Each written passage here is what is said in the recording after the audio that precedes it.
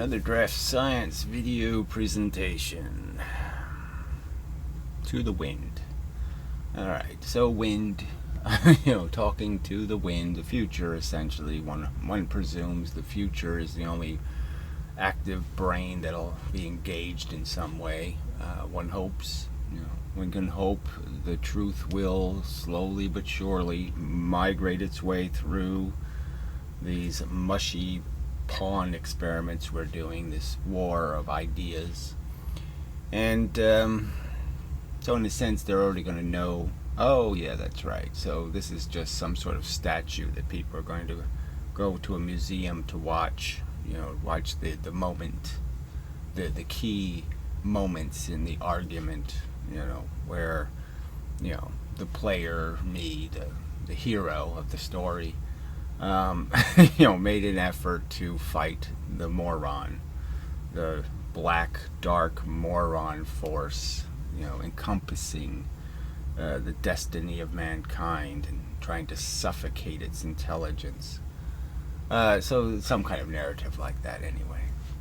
So there's no point in having this conversation with humans individually because they're all cowards and pathetic and they can't make an argument and they're just so full of shit in their rationalizations. So the Pyrrho, there is a context to Pyrrho. He is some fantasy character. He believes in some shamanistic whatever, shape-shifting horseshit of some kind. He has some stupid religion. But he always played like he was part of the atheist community, which was sort of a joke because he never really made an atheist video in his life, as far as I remember. I don't remember any of those. And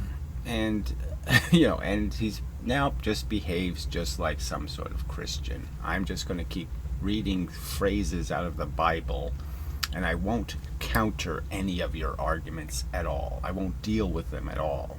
So you can talk about evolution all you want, but I don't care because I have a Bible that tells me a story, and that's the only story I care about. And so this is a pointless conversation. There's no way to have a conversation with a fanatic Christian, and that's all he is. He's just totally, he's afraid his nuts will fall off if he steers off his Bible just for a moment and imagines, well, what if God doesn't exist? Yeah, can't do it. Alright, so what if his precious physics has some wrong answers? Oh no, what'll happen? They'll have to change them? Oh no! It's just too pathetic. So I've already provided so much evidence that there's absolutely nothing about the kinetic energy formula that's defensible in the real world. There's no experiment defending it. There's no experiment showing momentum getting a wrong answer. If you use momentum, there's no story anybody can tell you where, God, that guy was totally fucked up using momentum. He got the totally wrong answers.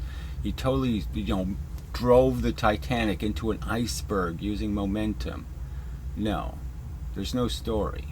There's no example that momentum in any way failed. And that's the history of this whole idiotic piece of religious crap. Now, I've gone through the history and pointed out that this whole formula was invented out of petty resentment against Newton. And that's it. There's no other agenda.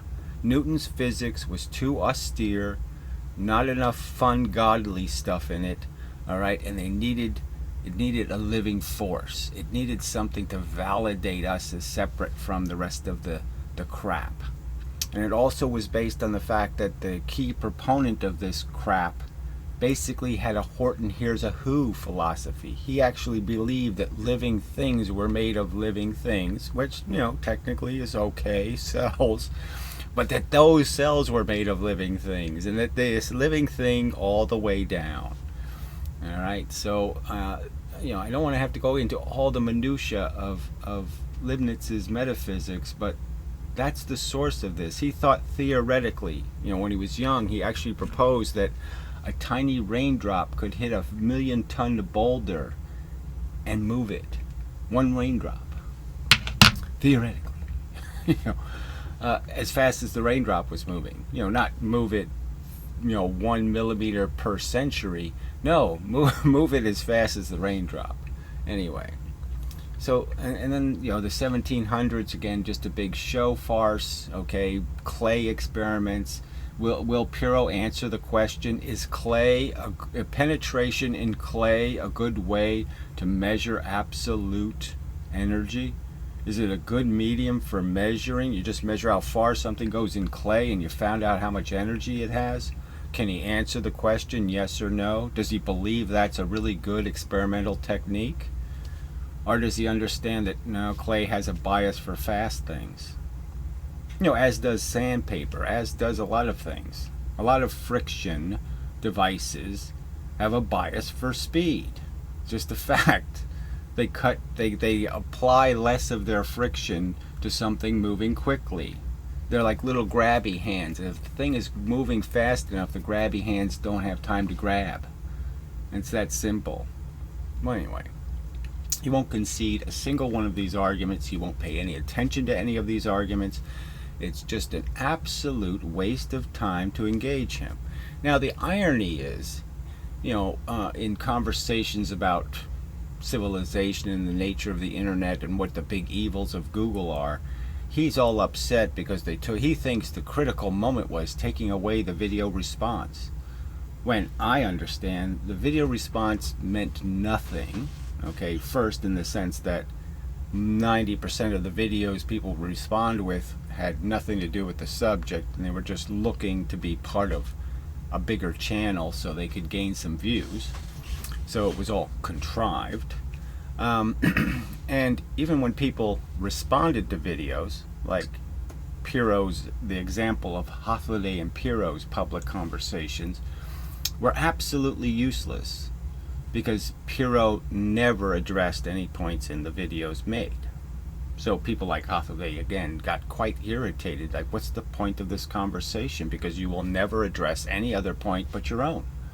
You'll just keep reasserting your agenda, and you will pay no attention to the counter-argument whatsoever.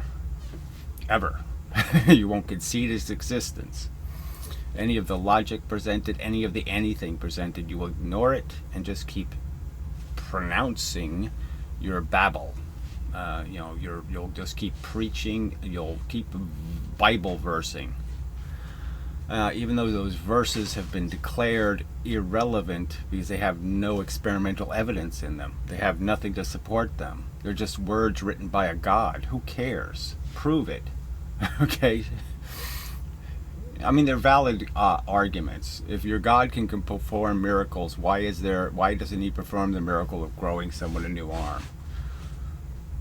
Oh, because that without him, and somehow we know he existed, and he's not allowed to be known to exist because he's quantumly entangled and he can't possibly be seen or known of or verified to exist because the quantum entanglement will make him turn into a black hole and he'll blow up in a singularity. What the fuck is all this horse shit, really? I mean, it's so mockably bad. This conversation is inane. So anyway, my objection is nobody paid any attention to what a video response would entail, which is either you accurately paraphrase what the other person says, that is, you compile notes and address their points. Pyrrho says he writes notes, but obviously the notes are just, I'll read verse 74:32 at him. His notes aren't anything about the actually addressing a point. Or else you play the goddamn video. Now, who does that? No one. So I know more about this, I suppose, than other people because, yeah, I thought video responses were brilliant. I thought the idea of it was brilliant, and we can still do them. I mean, you can respond to me, and I can put your link right in my comments section and say, yes, everybody go to that link. No problem. There's no, we can't have video responsing. No, we can't have it because nobody can make a video response. And the only video responses I get are personal attack videos where I'm expected to answer a bunch of lies. So I'm supposed to waste my time responding to somebody by answering all their fucking lies about anything I've said or done or asserted or wished or hoped. They will project me as something, Holocaust denier, And I have to explain, well, only in one context. I mean, if you're going to force this word, okay, I mean, I don't believe every single story. Do you believe that Jews were turned into blocks of cheese? Do you believe every story you've heard about what happened in World War II? But I certainly believe Jews were persecuted in the most offensive way humans can possibly behave. I mean, it was just the most overt, stupid, moronic, sadistic, evil thing that could have happened to a people for no good goddamn reason except because they were moron Nazis who thought somehow Jewness was some sort of genetic disease. Too stupid. But yeah, maybe I'm a Holocaust denier. I don't know. Maybe I don't get it. That it's all about gas chambers. And if you don't believe there's 4 million gas Jews in a pile somewhere, oh, you're not getting the real story. That's the real story. Jews being persecuted, Jews being disenfranchised, Jews being incarcerated, Jews being tortured to death, Jews being in all kinds of ways harmed, along with homos and retards and mentally defectives. And then grotesquely neglected, and then the final solution, which is, gee, the ones that have survived are genetically superior now because they're really tough, so just shoot them, or find a cliff for them to fall off of, or have a accidental building failure. Yeah, find some way for them to have a happy accident. That's the final solution. Okay, it's not some bigger story than that. All right, then absolute dehumanization. Now, if that's not a good enough story, that's not a good enough Holocaust story, okay, fine, call me a Holocaust denier. Okay, fine. But do you see what I'm saying? Do I really want to waste my time doing this? Does this have anything to do with physics? No. But these are the only response videos I get, are videos about bullshit. I mean, I explain how I don't think it's very kind or loving to cut a cat's nuts off and throw them on the street to eat garbage. I don't think that's a great solution to a problem. And then with the females, it's even a more expensive surgery to, fix her and then force her to starve to death, okay, and watch her kittens die. Yeah, I see it. I watched 5 kittens die, this year. I watched them slowly but surely. One's gone. Oh, clean one off of the street. It's not a solution, this plan, Sorry, I shouldn't have said the fixed cat is having kittens. But the fact is you spent so much money on the one cat.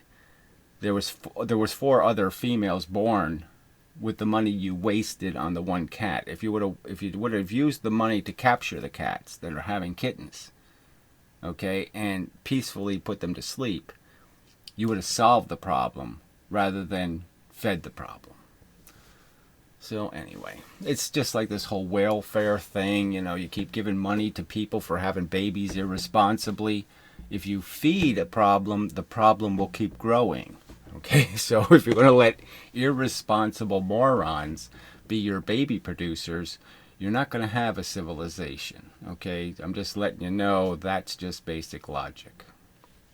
All right, didn't mean to get into a philosophy stuff, but the philosophy stuff is the background for this horse shit. So Pyrrho doesn't, he's full of shit even in his understanding of what this whole project is. So that'll be another philosophical video maybe I'll do today on the brain. But this is, the only thing that matters in what we're doing here is the truth.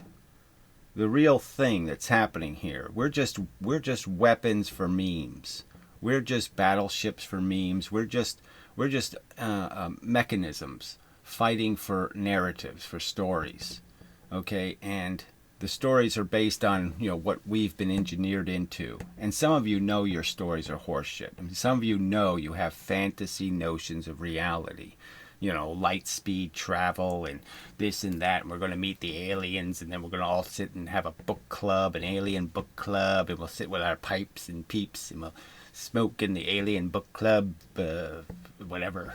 I mean, some sort of bizarre theory of reality, okay, that you're fighting for. Oh, I hope so much that we'll get to the future and live in that really white. It's all very white and clean. There's no fingerprints on any of the glass. Ooh. I mean, it's a silly story, and you've got to know you're living for a silly story. You know, this hope for the future. You know, it's just bullshit. You know, well, anyway. Oh, God, there's just... All right, back to my endeavoring to persevere. The whole point of endeavoring to persevere, he's going to bring up Holiday in here, because I did. And that's the disappointment of Holiday, is that he didn't understand what responsibility was and what this real battle was.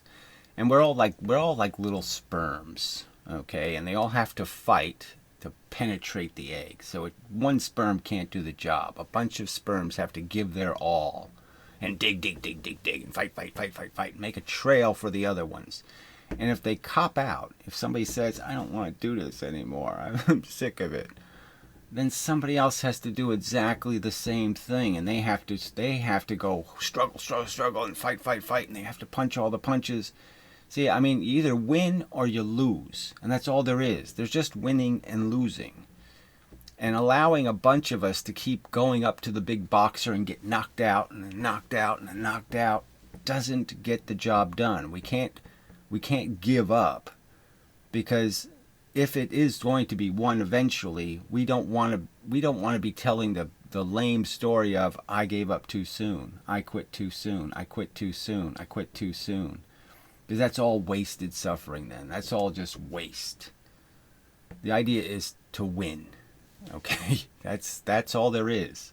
And you're going to win for the truth, or you're going to win for bullshit. And just understand that that's what's written on your ship.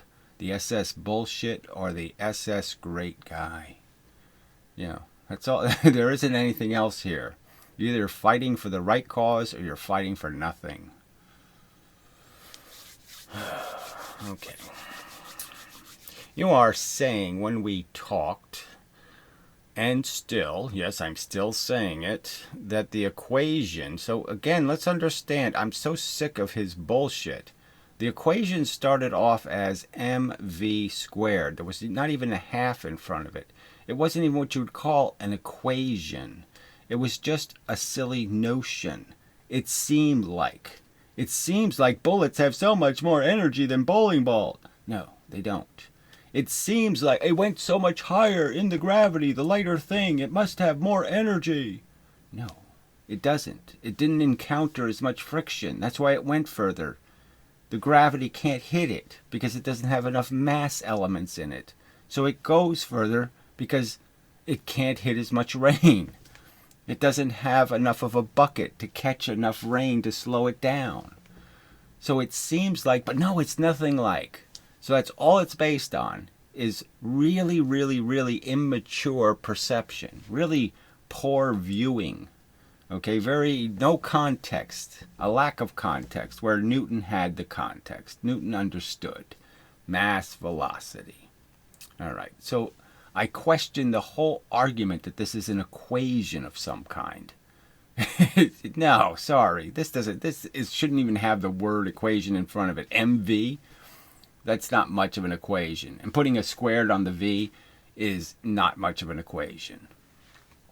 All right. For acceleration, see, I mean, no, I say the kinetic energy equation is horseshit. What I've said about the acceleration equation is that it's meaningless in most contexts. It has no meaning. When two steel balls hit each other, the acceleration equation has no meaning.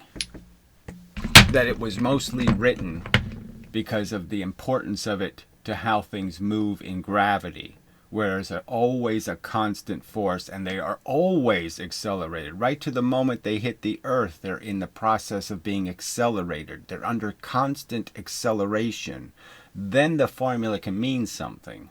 But it doesn't mean anything in the context of things that aren't in constant acceleration. You can never, once you're in a gravitational field, you're never out of the gravitational field. So technically you're always being accelerated. So when you're doing an equation for the gravitational influence, that never changes. You're always being, even if you're a million miles away, there's still a component, and you still have to, it's still a reality. And so you're still under acceleration. So there's no escaping it. It just becomes another way of describing the nature of your function because you're constantly being accelerated.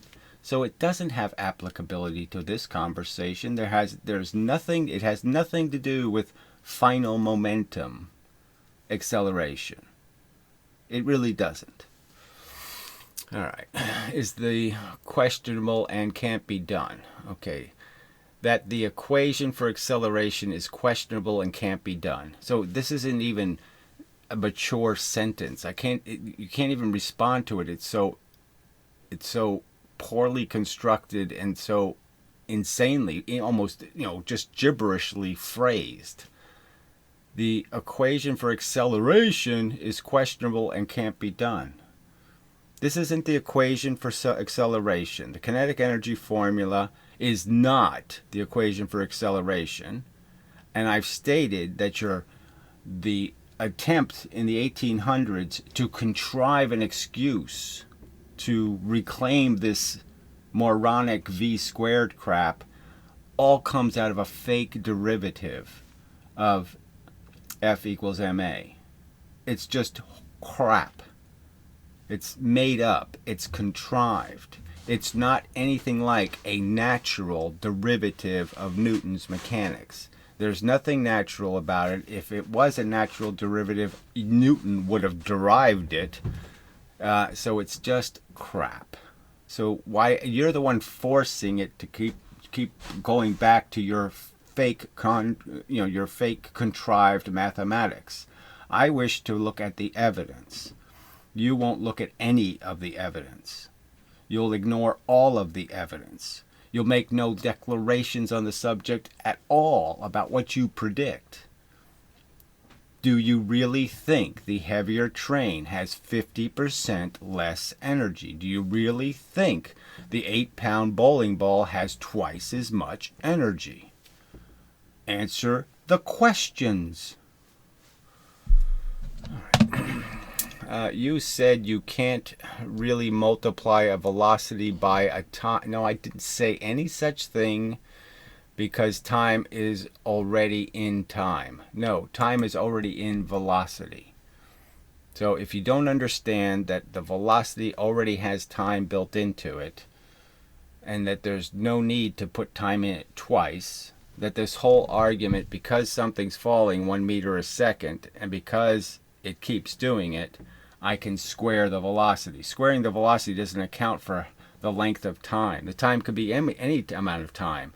Squaring the velocity is overtly saying you don't care about time, in a way. So, because it has no coherent connection. You can't say because it happens every second, the same thing happens over and over again. Doesn't give you any excuse to make velocity huge. Just doesn't. All right. But that's how you use velocity to get a distance. So again, I have no interest in going over all the convoluted ways you can play with your mathematical symbols. I have very much interest in you providing a single experiment. Show me the experiment where momentum fails and kinetic energy gets the right answer. That's what I'm interested in. Show me one circumstance where if you used momentum, you'll get the wrong answer. And that you will not do, and that's showing you to be pathetic. There's nothing I can say. That's why I say you are rejecting all mathematical physics. Well, again, you're just reasserting a phrase I told you to quit saying. Okay, you ass dog licker. You dog ass licker. You fucking dog ass licker. Pyrrho's tongue licking the dog's ass. All right, I want that in your head because that's what he is. He sucks dog ass. Okay. Acceleration is right at the start of the mathematical approach to physics. So again, he keeps arguing that this has something to do with math and it has nothing to do with math. Now, the only stretch you can do for Leibniz is that Huygens had figured out about acceleration on spinning objects. Okay, so that's called whatever. The other kind of acceleration. What the hell's it called? Well, anyway, it doesn't really matter. So that's a squared velocity. Okay, because that's doing the dimensional thing. You're changing a triangular dimension, so squaring is totally appropriate. And so he took the angular momentum formula that Huygens had derived. Didn't even really derive it because he didn't make it out of something else. He made it out of observation. And he took that square and threw it into momentum. So that's where the square came from. It didn't come from what you're claiming the real source is. So either concede that in history was complete bullshit, and then Huygens say something like Huygens and Leibniz got the right answer for the wrong reason. Say something to concede the history, and it just happened he guessed right, and that it really is a derivative of Newton's mechanics. Say something. But don't quit ignoring the truth of the history of this stupid equation. There was no evidence that anything was wrong with momentum. There was no evidence that it was broken. Beyond the superficial evidence that lighter things go farther. Beyond that superficial, idiotic perception, there was zero reason to doubt momentum. And there was all kinds of reasons, so as soon as he squared this thing, that you'd say, well, this doesn't make any sense because 8-pound bowling balls don't have more energy. So there was every reason to doubt it. Again, Leibniz died a nobody. Okay, nobody. Nobody cared when he was dead. Nobody cared about him at all. So this argument wasn't very persuasive. And it wasn't until it was regenerated 20 years later, all of a sudden that now it became credible. All right. Anyway, that's why I say you are rejecting all mathematical physics. So this is just such an insane insult, and a preposterous accusation. It's just such a gross lie. This has nothing to do with all mathematics. You don't have a derivative that's that obvious and clear where nobody could doubt the derivative. It's just so fucking perfect, and so it's 2 + 2 + 3. How could you get that wrong? You don't have a derivative in that form. You have no right to sit there and say, I'm rejecting all mathematics because I reject your silly, idiotic notion that you square a velocity because you redo something a number of times. I redo it 4 times. That means I can square doing it. The amount of doing is now squared because I did it 4 times. Anyway, acceleration is right at the start of the mathematical approach to physics. So again, it had nothing to do with a mathematical approach, so it's just a fucking lie. The whole controversy never had anything to do with any credible mathematics. That didn't show up until well into the 1800s, where they started this fake derivative crap. Okay, where you can go through all the famous names, Heavisides, and all those kind of people started using this crap. But no, before that, it had nothing to do with that. So again, just deny the history, pretend it didn't happen the way it really happened, and tell your story that it's somehow credible, when there's still not one piece of physical evidence that we can all watch. We can't watch a single thing that shows your formula in action.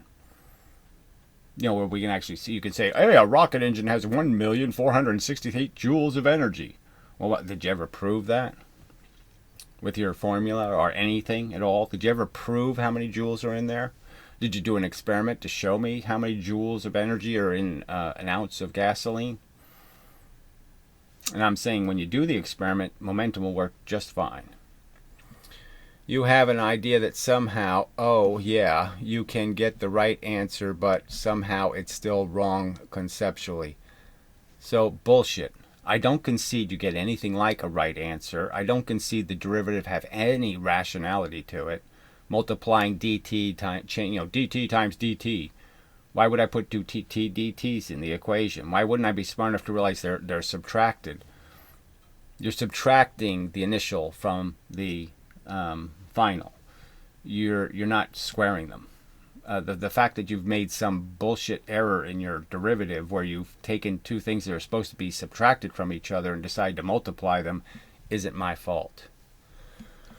All right, so I did a whole video, all the facts in it, all the evidence in it, and what does he reply with? The same silly, vague notion that there's some mathematical reason that obliges us to believe. No, there's no obligation. It's just bullshit. All right, then he says, so that was his final the first one he made was, well, the mainstream position. So he keeps trying to say that he's saying what he's saying is what they say. So even though I've played the video, so Physics Girl overtly says, I 100% transferred the momentum. So a thing hits another thing and 100% of the momentum went into this thing. And yet I lost half the energy. And yet I created heat. And I created noise. And I created vibrations. And I created half the energy left as some other form of momentum. Some invisible, maybe perceptual, but invisible form. So I 100% transferred all of the energy, the momentum, and yet I lost half of it. Half of it went into the environment somewhere. That's the overt statement. I just played the bowling video where their overt statement is. You use the lighter ball and you get more energy. You get more capacity to knock down pins. Same momentum, yet more capacity to knock down pins. Implying that you don't have to use your momentum to knock down pins. Implying that your momentum doesn't have anything to do with it. That somehow you don't lose momentum from friction. Somehow you don't lose momentum by banging into a brick wall. That somehow you can move things in the universe and you don't have to use your momentum. You can just plow through things forever or infinitely because momentum has nothing to do with moving other objects. So I can bang into, maybe I can make an infinite bowling ball, that never gets slowed down. It can hit a million zillion pins and it's still got all of its energy because energy doesn't have anything to do with momentum. This is just so fucking pathetic. All right. Well, the mainstream position that I share. So again, it has nothing to do with the mainstream because he hasn't taken account of anything the mainstream is actually saying. Okay. He's incomplete. I won't even hear them doing it. And I'll call myself mainstream. So it's just so perverse. All right. I mean, he's a Buddhist saying, I'm a Catholic. No, you're not. That's stupid. Anyway, position that I share is not that kinetic energy overrules momentum. I just don't, it's just impossible, right? There's no way to have this conversation. So he really thinks these two things are not completely in conflict, that they're two different stories of how the universe works. They're two different stories, Pyrrho. There is no duality possibility here, just as there is no realistic duality that can exist in quantum mechanics and the wave particle horseshit. This duality is retarded. They're two different answers for what causes the effect and what the effect will be. They're two different answers. One says 50, one says 100. They're different answers. There's no compatibility. You have to choose one. You have to either defend Newton's mechanics or you defend Leibniz's mechanics. You cannot say they're compatible. There is no compatibility. There was no compatibility when the arguments took place. There is no compatibility. You have to choose a side, retard. They're in direct conflict. It's wet, dry. It's black, white. It's up, it's down. It's negative, it's positive. You cannot choose both and be rational. They are just two different quantities. They're two different answers to a question. And they're not the same answer to the same question. Oh, I mean, too stupid. Useful for different things. Again, this is just such horseshit. We just had the analogy, okay? Boulders are being told. Physics says, that's what the bowlers, physics says there's twice as much energy. You know, well, he's not going that far because he would have to sound totally ludicrous if he started saying, yes, we all should be throwing 8-pound bowling balls because we had knocked down twice as many pins. It's amazing. But he knows he can't say that because he knows that can't be true. But it's just a lie to say physics isn't saying this overtly to people. They talk about car crashes and they do all of this fake analysis that has nothing to do with reality. That somehow the Volkswagen going 50 miles an hour has more energy than the Rolls Royce going 10 miles an hour. It's all just bullshit. You don't have any clinical, experimental evidence defending any of it. It was started as a religion. It's still a religion. It has nothing to do with reality. Oh, shit. Different things. Useful for different things. I mean, it's just such crap. Wrong answers are very useful. Which have different units. So again, there's no argument about units here. So he keeps going back to the same thing. I mean, I'll say it again. The momentum has all the units you need. It has kilograms, it has meters, and it has seconds. It has the units. There's no absence of units. This is just a pile of crap. Newton did all of his science without saying what this quantity was. It was just kilogram, Newton, meters. That's all he needed. Kilogram. Well, he didn't even say Newton. All he needed was kilogram meters per second. That's all he needed. He didn't need to call the unit anything else. He didn't need to call it a joule or a watt or a pound. He didn't need to. It was a unit. It was a number. And he could compare two different numbers. He could compare 10 to 2, and he knew they were different numbers. He knew that 2 was, 1/5 of 10. No complications here. So this has nothing to do with units. So another huge distraction. Like somehow this has something to do with unit analysis. No, it doesn't have anything to do with unit analysis at all. That's just a complete canard, complete bullshit, complete nonsense. Has nothing to do with it. MV squared does not give you better units than MV. It's just bullshit. All right.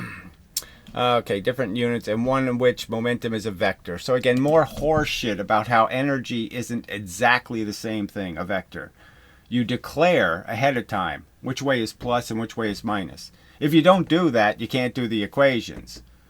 So you have to make the declaration about the vector, which direction the vector is moving. So again, this is just such a lie that somehow, oh, this is a scalar and this is a vector. No, they're exactly the same thing. It's just a complete lie to say that what the kinetic energy formula produces is some ambiguous notion of a direction. And it could be in any direction. Clearly, it can't be in any direction. Clearly, it would be impossible to do the math if it was going in any direction. So clearly, you turn them into direct vectors by assigning one minus and assigning one positive. And if you didn't do the assignment, you won't ever get a right answer because you can't add the energies. When two things crash into each other, you can't add the energy, so it's just absolute nonsense. One's a vector. You can't do the math unless they are all vectors. Oh, I mean, it's just, this is so fucking evasive. I mean, just get as far away from the subject as you can, right?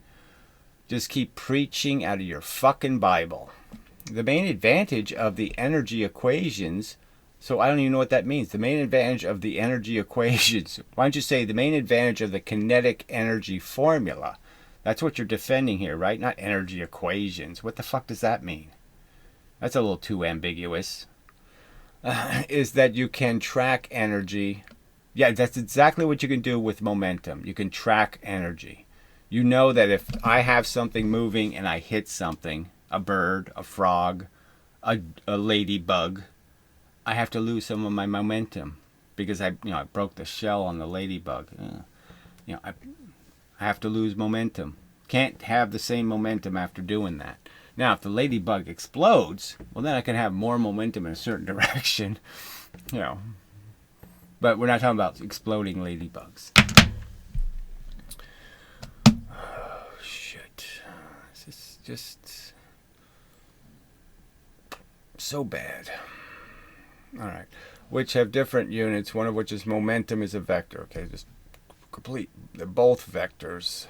The main advantage of the energy equations is that you can track energy around into things that are either not in motion. So again, of course, everything is in motion. So he asked me to explain how gasoline has motion in it. I explained it. Okay, the momentum is always, there's only one universe. So this is another one of these things I'll get no response. I'll say directly to you, Pyrrho, if you can't answer any of my questions, then there's no point in having a conversation. If you're going to ignore everything I say, there's no point. So I'm going to proposition something. I'm claiming there's only one universe, and it's the one where the electrons and protons live. That's the only universe there is. All the other perceived universes, that universe has to do it first, the small one. The small one does things, and we experience what the small universe does. So the fact is, the momentum that matters is just momentum of electrons and protons. They're the things that cause all the other movement. If they're not in some relationship that causes them to move, you won't move. Fact. Do you believe the small universe is the only universe, or do you believe in some other metaphysical bullshit religion like Leibniz? Do you think electrons and protons are alive? So that's what this really is about. He's not just defending the kinetic energy formula. He's defending Leibniz's silly, idiotic religion. He's a devotee of the silly, it's living things all the way down. The living gasoline. Fuck. Are not obviously in motion. Well, they don't have to be obviously in motion. That's the whole point of science. Science gives you the tools to see bigger and better. So with all of our science, we obviously know that they are actually in motion, that there is actually forces trapped in the atoms, that the atoms actually contain energy, the capacity to move things. They contain the capacity to boom. Atoms have boom in them. They can expand. They can do things that mean the rest of the universe has to move because they're going to move. All right. And so we all know that. Einstein kind of made it clear. Lots and lots of moving power inside of a single nucleus of an atom. Lots and lots of moving power. And you can still get a lot of moving power just from the outside of the atom. Just screwing with the electrons on the outside. That's what the gasoline is doing. It's screwing with the electrons on the outside. It's not breaking the nucleuses. It's breaking the shells of the atoms. And by breaking those shells, you can make lots of movement. You can make small atoms into big atoms. Okay. Let's see. Like a heated chamber which as a whole is at rest. So again, totally ignoring everything I stated in the video, where I explained how rest isn't really a concept. All of the little bits are moving, and they can do, if there's one bit going this way, there can be another bit going this way, right? So it ends up being noise. But if I make this one turn the same way as this one, and then they go in phase, you can see that the noise now is coherent, and there could be motion. So I gave an explanation how it works from the bottom up. I gave that explanation, and yet he's harping as if he has some counter argument. And he still will not explain how squaring the velocity is overtly more correct. That if you want to know how much energy is in an atom, you need to square the velocity of the electron. So the faster the electron goes, the more, it has multiples of energy that it's gaining. It doesn't have just a certain amount of momentum. It has mega powers. And you'll find no evidence for that either. All right. So one last pile of shit. The unit analysis. So again, he's going back to an issue I've already declared. If that's what you want to argue, go argue to the wind, because it has nothing to do with the subject. It's so not connected in any rational way to the subject. The subject is, do you have a single piece of experimental evidence demonstrating where Newton's momentum formula is incorrect? Show me one place it gets the wrong answer, and then show me a place where your formula overtly gets the better answer. You'll never do it because it doesn't exist as a piece of evidence. All right. The unit analysis issue is that, yes, you can convert watts into joules. Yes, I mean, this is already too stupid. I have kilograms, I have meters per second. I can convert that to pounds. I can convert it to joules. I can convert it to watts. I can convert it to calories. I can convert it to kelvins. I can convert it to anything because I have all the components to do the conversion. So again, completely off the subject. This has nothing to do with units. Nothing. Zero. All right. Joules if and only if. So this is more horse shit. This is a declaration by Pyrrho. If you have time to multiply the watts by, you have to multiply the joules by. You have to multiply all of the quantities by that. Okay? It's just as you do pounds against the square inches of a surface, you also have to do the pounds versus their duration. Okay? If you only have one hunk of weight and the weight is doing the pushing, then you use the weight up. There isn't any more weight. So once you've moved the weight, once you've applied the pressure and it's done, you got nothing back, you're done. The energy is gone. Once you release the spring, now the energy is free. The energy was locked. As long as the spring is locked, it can't do anything. It's pushing, like say if you have a brick wall and then you have a thing coming off the brick wall and it's compressing a spring.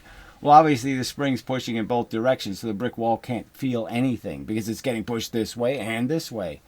It can't do anything. There's no imbalance. So it's not until you create the opportunity for it to be all in one direction or all in the other direction that there can be any action. That's when the building feels it. It can't feel it while it's pushing in both directions. It can only feel it when you allow it go this way and you free it to go that way. It can't feel one force without the other force's liberation. If one of the forces isn't liberated, neither force can do anything. All right, anyway.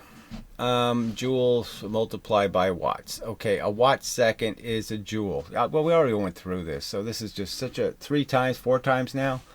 This is just an utter distraction, let's go walking down trails that have no hope of getting to the Empire State Building.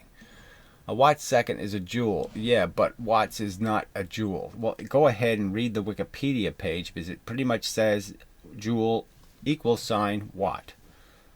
So you want to pretend otherwise? Go ahead and pretend otherwise. It's all irrelevant because everybody knows a watt can come in a watt minute, a watt hour, a megawatt. It can come in lots of different varieties of the watts. Okay, you're arguing over nothing. No, you're arguing over absolutely nothing. This has nothing to do with Leibniz. It has nothing to do with the creation of the formula. It has nothing to do with the answer to the question. Does an 8-pound bowling ball have twice as much energy as a 16-pound bowling ball? Period. Answer the fucking question or admit you're a cop-out, evasive weasel. Okay, P.S. Holiday crack was low. No, it wasn't. Because this is what you are. You should have taken Holiday's advice and grown up. You should have recognized that, well, gee, if nobody can communicate with me because I'm so obnoxiously off the subject, maybe I should try to rethink my approach and say maybe I shouldn't be just doing this obnoxious trolling. Because that's all you're doing. You're just trolling for your Jesus. You're not fucking engaged in the conversation. You're not engaged in anything rational. I'm saying evidence is 99.999% of this conversation. Science is about evidence. Science is about demonstration. Science is about show me. You think it is about just give me some figures to manipulate. They don't have to be connected to reality in any way. Just give me math statements, and I'll just manipulate those. That's horse shit. Okay, that's evasion, in my opinion. There's no place that's legitimate except in places where you have established with 100% solid certainty that your equivalencies are in fact equivalencies. And I would argue you haven't come close to that standard to be able to shove math up people's noses and say, smell it. You're not even close to having enough of a proof that you've established these perfect equivalencies where you can cheat the math the way you have done. All right. But just, yeah, there's no, what's the point? Again, you're not responding to a damn point I have made, not a single one of the arguments, not a single question answered. You just keep doing this. It's about unit analysis. No, it's about facts. Do 8-pound bowling balls, thrown faster because you have more energy to do it with, an 8-pound ball going twice as fast, does it knock down twice as many pins? Does it have twice as much energy to knock down pins? Or is it factually stuck with the fact that it has exactly the same momentum and that it's actually momentum that knocks down pins? And that momentum is actually energy. Will you answer the question? It's not that complicated. I mean, what do you think momentum is if it isn't the thing that causes heat and it isn't this thing you have to use up? You have to use up the momentum to abrade a surface. You have to use up the momentum to make sounds. You have to use up the momentum to cause things to go in other directions and do other things. Do you believe that, or do you not understand that's the fact?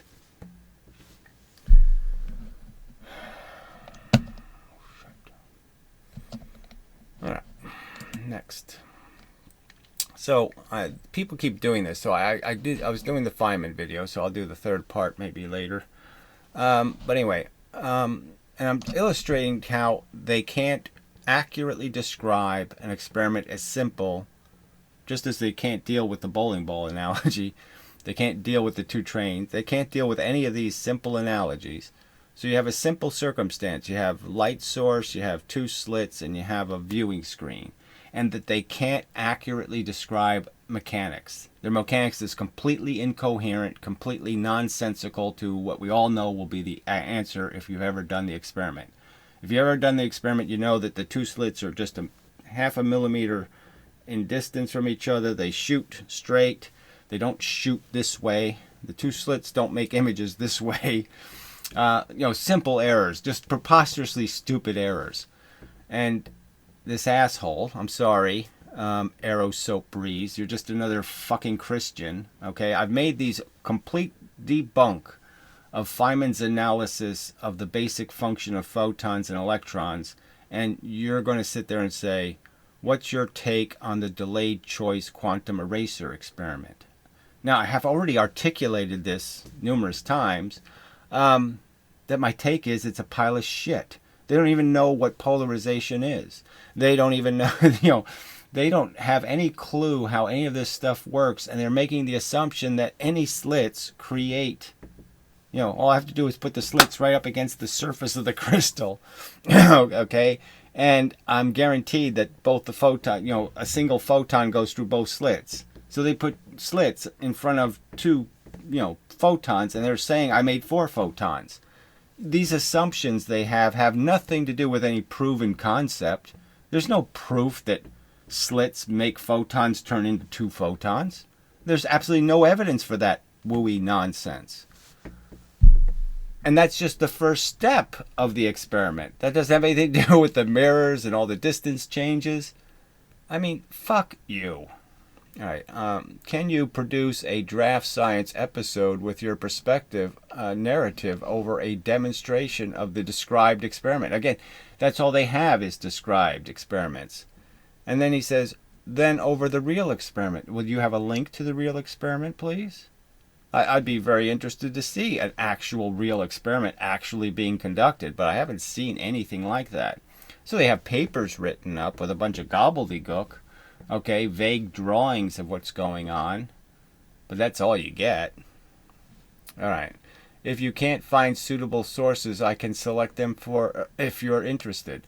Well, I'll tell you, I frankly am not very interested because I have already pointed out the crystal's bullshit, this is bullshit, this is bullshit, this is bullshit. The crystal doesn't produce entangled photons. The crystal is just taking, high energy photon, that is, it has dot, dot, dot, dot, dot, dot, dot, dots close to each other, and it's just separating the dots essentially. Dot, dash, dot dash dot dash dot dot dash. So all it is going SOS this way and OSS that way. It's just making two photons that are in exactly 100 degrees out of phase. That is where this one's on, this one's off, and then when this one's off, this one's on. That's all. They're two out of phase photons. They are not entangled in any way. They're not married. They don't have ESP. They're not in a superposition. So we're already done there, okay? We're already done discussing silly, convolutedly complex experiments. Again, I pointed out they can't honestly describe a two-slit experiment, and you trust them to tell you, well, yes, we can measure exactly which photon went this way. We get, a photon goes 10 meters, we can catch the exact same photon. Lots of bullshit in their assumptions. They don't even know that a dirty piece of glass creates the diffraction interference pattern. But again, it's just like you just ignored all of my work. You realize maybe you could understand why I'm finding your comment grotesquely offensive, because you're just ignoring all the work I did in the video. Now, if you would have prefaced it with, wow, you really have shown that they don't have a clue, maybe if you put that on top of all this crap, that you're at least acknowledging that, yeah, they really don't know what a photon is, they have no clue how they can actually behave, their whole description is a fairy story, they can't get anywhere close to an actual fact, they can't respect any facts, they don't know what facts are, they don't even know that facts are really important, that the details are extremely important. They don't know what repeating experiments is, all of that. Anyway. So, whatever. What do you want me to say? Fuck you. Yeah, go ahead. Post me the links. Thanks. Do it as a new comment, though, because I probably won't see it. Because I don't see myself rushing back to your brilliant comment to see if you provided the links. But, yeah, thanks for being off the subject. Thanks for pointlessly changing the subject. Thanks. That's sarcasm. I mean the opposite of thanks. God, you people are so fucking...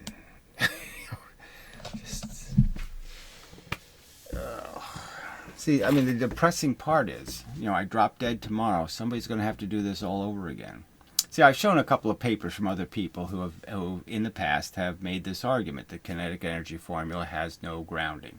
Now, I don't think they made it nearly as good as I have. I don't think they pointed out all these real-world examples that show the complete failure of this formula. Why would the wrecking ball companies be wasting half their energy on the big giant ball if the little ball does the job better? Why would they be doing that? Physics says to the wrecking ball companies, use a smaller ball. That's what physics says, overtly. That's what Pyrrho's lovely little formula says. Obey the physics and you will win. How come none of them can believe it? Do you think none of them ever tried it? That they actually did say, well, let's cut that thing in half and see how well it does. And somehow it just didn't work. They didn't get any extra.